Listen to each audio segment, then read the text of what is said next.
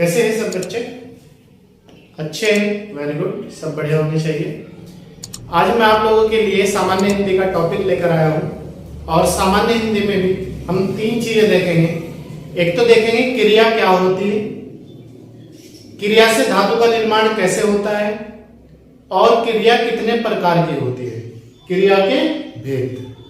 ठीक है, तो ये तीन टॉपिक आज हम कवर करने जा रहे हैं हिंदी में। और हमारी जो आगामी परीक्षा है उत्तराखंड की या यूपी ग्रुप सी की, लेखपाल, पटवारी, पुलिस, एसआई वगैरह या उत्तराखंड जो भी है, तो उसमें आप देख रहे होंगे कि एसआई में 100 नंबर की हिंदी रहती है और ग्रुप सी में आपकी 20-25 नंबर की हिंदी रहती है। तो उसी तरीके से हम आपको सीरियस तरीके से लेके चल रहे हैं ताकि हमारी हिंदी का कोई भी क्वेश्चन न छूटे। और आप प्ले लिस्ट में जाकर हिंदी के टेस्ट भी देख लें। 3 से 4-5 टेस्ट हो चुके हैं हिंदी के, तो आप उन्हें भी सॉल्व कर लें। और बाकी लगभग 14 से 15 क्लास हिंदी की हो चुकी है आज तो आप इन्हें भी बहुत अच्छी तरीके से अपना एग्जाम को ध्यान में रखते हुए तैयारी करें। चलिए देखते हैं क्या है।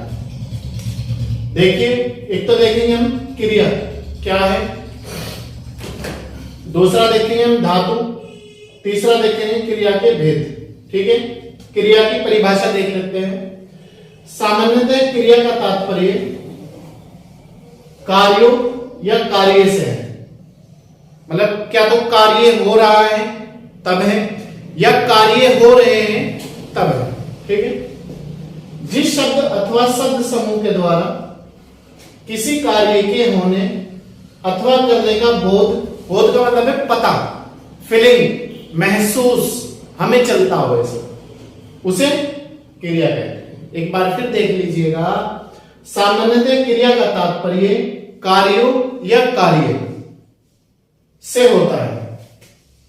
जिस शब्द अथवा शब्द समूह के द्वारा किसी कार्य के होने अथवा करने का बोध या पता चलता हो उसे क्रिया कहते हैं। क्लियर है यहां तक के पॉइंट? क्रिया के कुछ उदाहरण हैं। शिवाजी वीर थे, तो इसमें क्या है? थे। ठीक। राहुल बुद्धिमान है, तो इसमें है। घोड़ा दौड़ रहा है, तो इसमें दौड़ क्रिया है। ठीक है। पूनम पढ़ रही है, तो इसमें पढ़ना है, पढ़। रानी सो रही है, तो इसमें सो है। ठीक है, नॉट है। इनमें दौड़ रहा है, सो रही है, कार्य करने का बोध हो रहा है।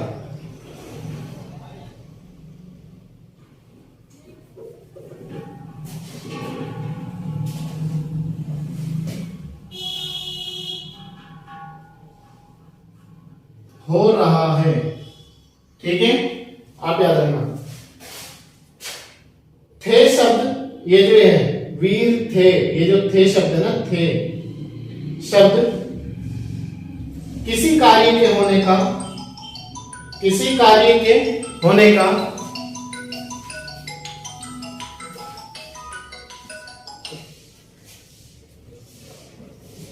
आप याद रखना, थे शब्द जो है किसी कार्य के होने का आदि इन शब्दों से कार्य करने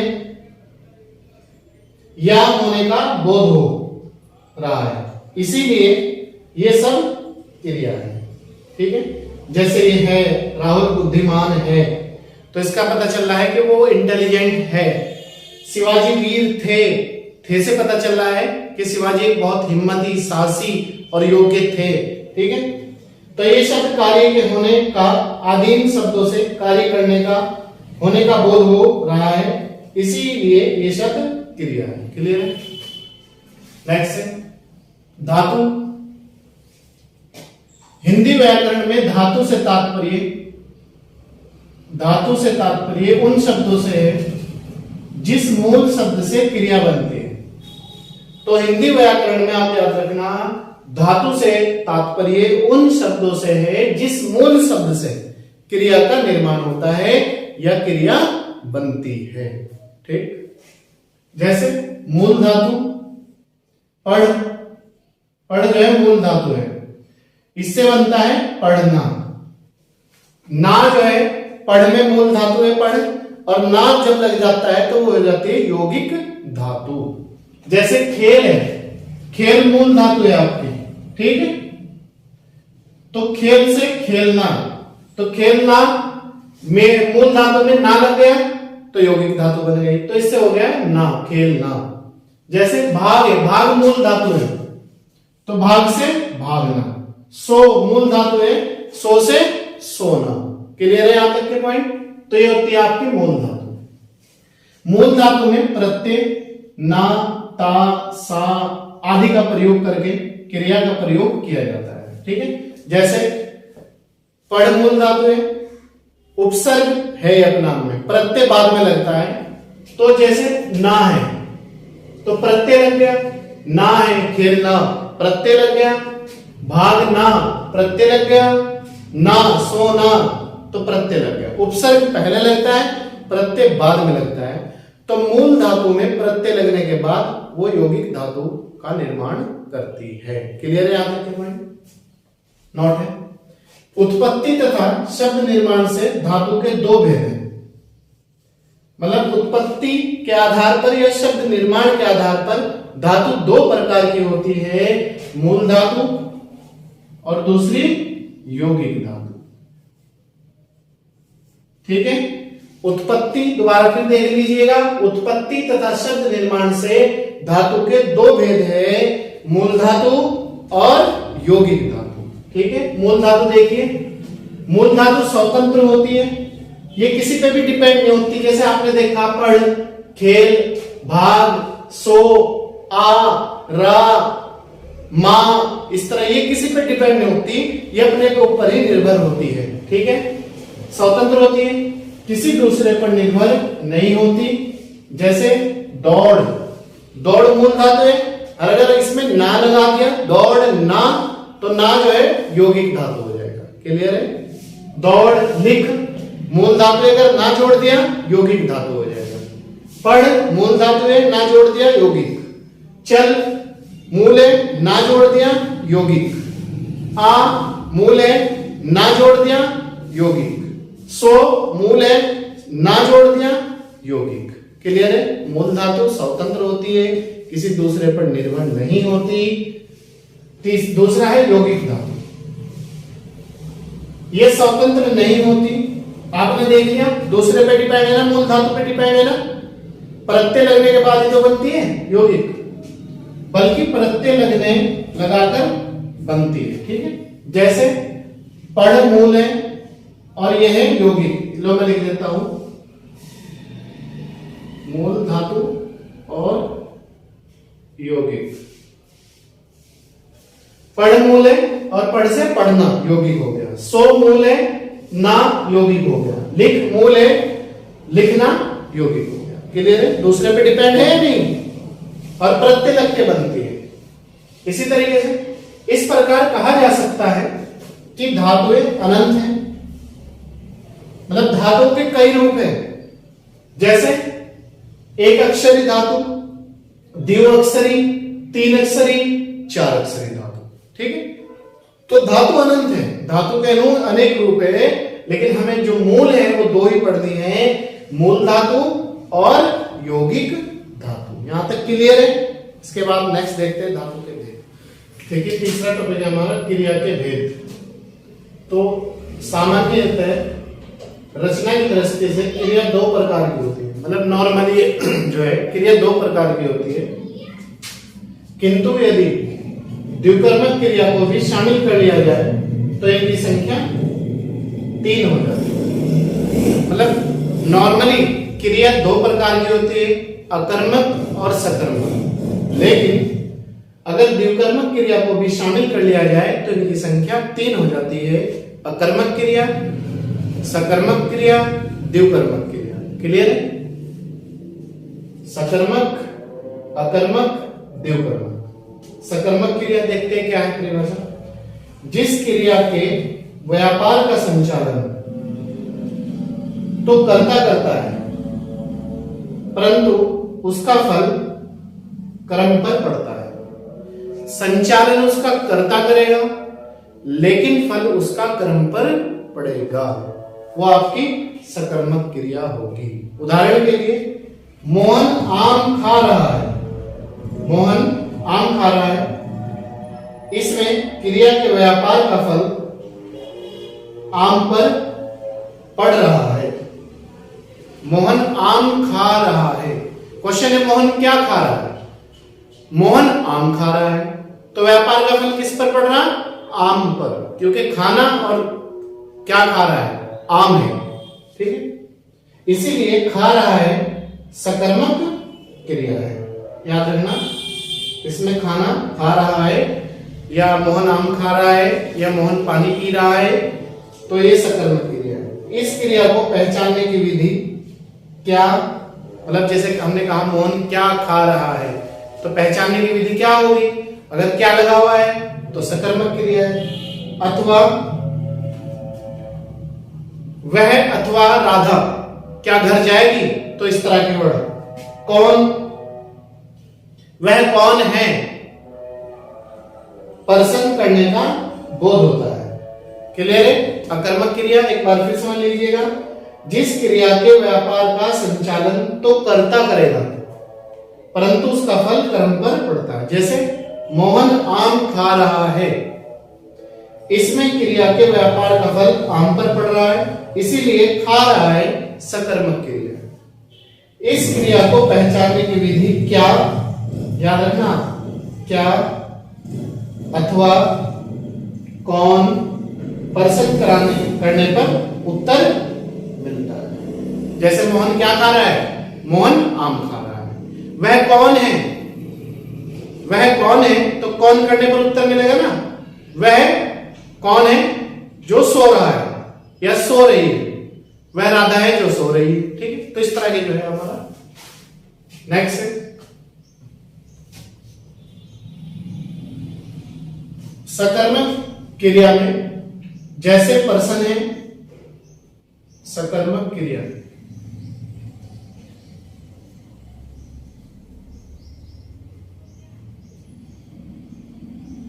सकर्मक क्रिया के जैसे पर्सन है, मोहन क्या खा रहा है, अभी बताया था मैंने, तो इसका उत्तर है आम, अतः यहां सकर्मक क्रिया है। क्लियर है?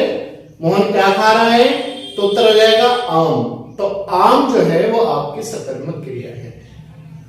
तो जैसे मैं कह दूं आपको राधा जलेबी खा रही है, तो इसकी राधा क्या खा रही है? जलेबी, तो जलेबी क्या है? सकर्मक क्रिया, ठीक है। राधा आलू खा रही है, तो अगर मैं कह दूं राधा क्या खा रही है? आलू, आलू क्या है? सकर्मक क्रिया। क्लियर है? दूसरी है अकर्मक क्रिया, जिस क्रिया के व्यापार का संचालन कर्ता द्वारा किया जाता है। इसमें व्यापार का जो संचालन होगा वो करेगा कर्ता। तो याद रखना, अकर्मक क्रिया में व्यापार का संचालन कौन करेगा? कर्ता किया जाता है, और उसका फल भी कर्ता पर ही पड़ता है। कर्ता ही संचालन करेगा और कर्ता पर ही उसका फल पड़ेगा, ठीक है। तो उसे कहते हैं आपकी अकर्मक क्रिया। क्या होगा अकर्मक क्रिया में? संचालन भी कर्ता ही करेगा और फल भी कर्ता पर ही पड़ेगा। क्लियर है? उदाहरण के लिए सोहन सो रहा है, इसमें सोहन कर्ता है और सोना क्रिया है। क्लियर है? सोहन जो हो जाएगा, सोहन सो रहा है, सोहन कर्ता है और क्रिया क्या है? सोना। जैसे मोहन रो रहा है, तो मोहन क्या है? कर्ता, और रोना क्या है? क्रिया। क्लियर है? क्योंकि सोने की क्रिया कर्ता द्वारा पूरी की जा रही है, अतः सोने का फल भी उसी पर पड़ रहा है, इसीलिए सोना क्रिया अकर्मक होगी। क्लियर है यहां तक? नोट है, जिन धातुओं का प्रयोग अकर्मक सकर्मक दोनों रूपों में होता है, मतलब अकर्मक में भी वो धातु प्रयोग होगी और सकर्मक भी होगी, दोनों धातुओं में उसका प्रयोग होगा, तो ऐसी धातु को उभय विधि धातु कहा जाता है। क्लियर है? क्वेश्चन अगर पूछ ले उभय विधि धातु कैसी होती है? जिसमें अकर्मक और सकर्मक दोनों क्रियाओं का प्रयोग होगा, वही हमारी उभयविधि धातु होगी। क्लियर? तीसरी है संयुक्त क्रिया। याद रखना, संयुक्त क्रिया के अगर आपसे भाग पूछ ले तो संयुक्त क्रिया के भाग 11 है। क्लियर है? ये हम आपकी नेक्स्ट टॉपिक में पूरी करेंगे, संयुक्त क्रिया के भाग। क्लियर है?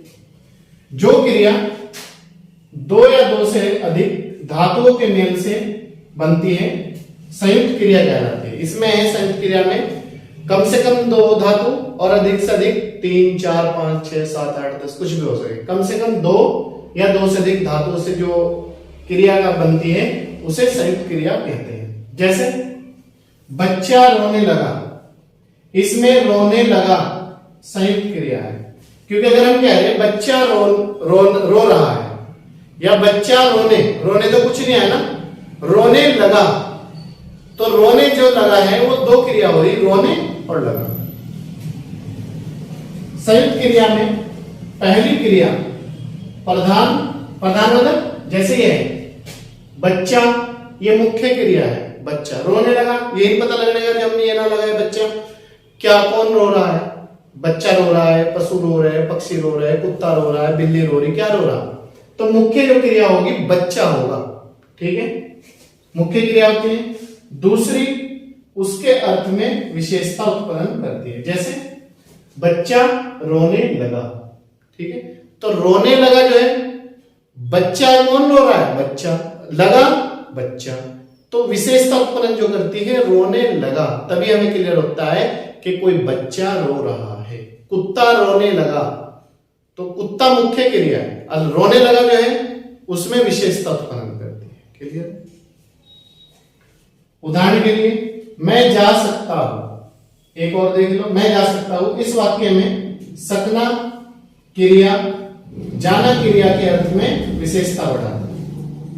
मैं जा सकता हूं, ठीक, तो जा सकता हूं इस वाक्य में सकना जो है क्रिया जाना क्रिया के अर्थ में विशेषता उत्पन्न करती है।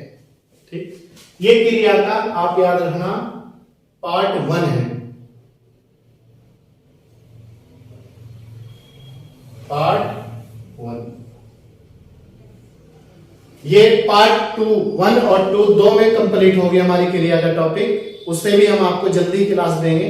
पार्ट 2 में हम संयुक्त क्रिया के 11 भेद जानेंगे क्या है। ठीक है, क्योंकि वहां से भी क्वेश्चन आता है एग्जाम में, तो तब जाके हमारा पार्ट 1 और पार्ट 2 मिलाकर क्रिया कंप्लीट होगी। तो ये था आज का हमारा टॉपिक क्रिया। हमने पढ़ा है क्रिया क्या है, धातु क्या है, क्रिया के भेद क्या है, कितने प्रकार की क्रिया होती है, किस क्रिया के कितने भाग हैं, जैसे संयुक्त क्रिया उसके 11 भाग पढ़ेंगे हम लोग।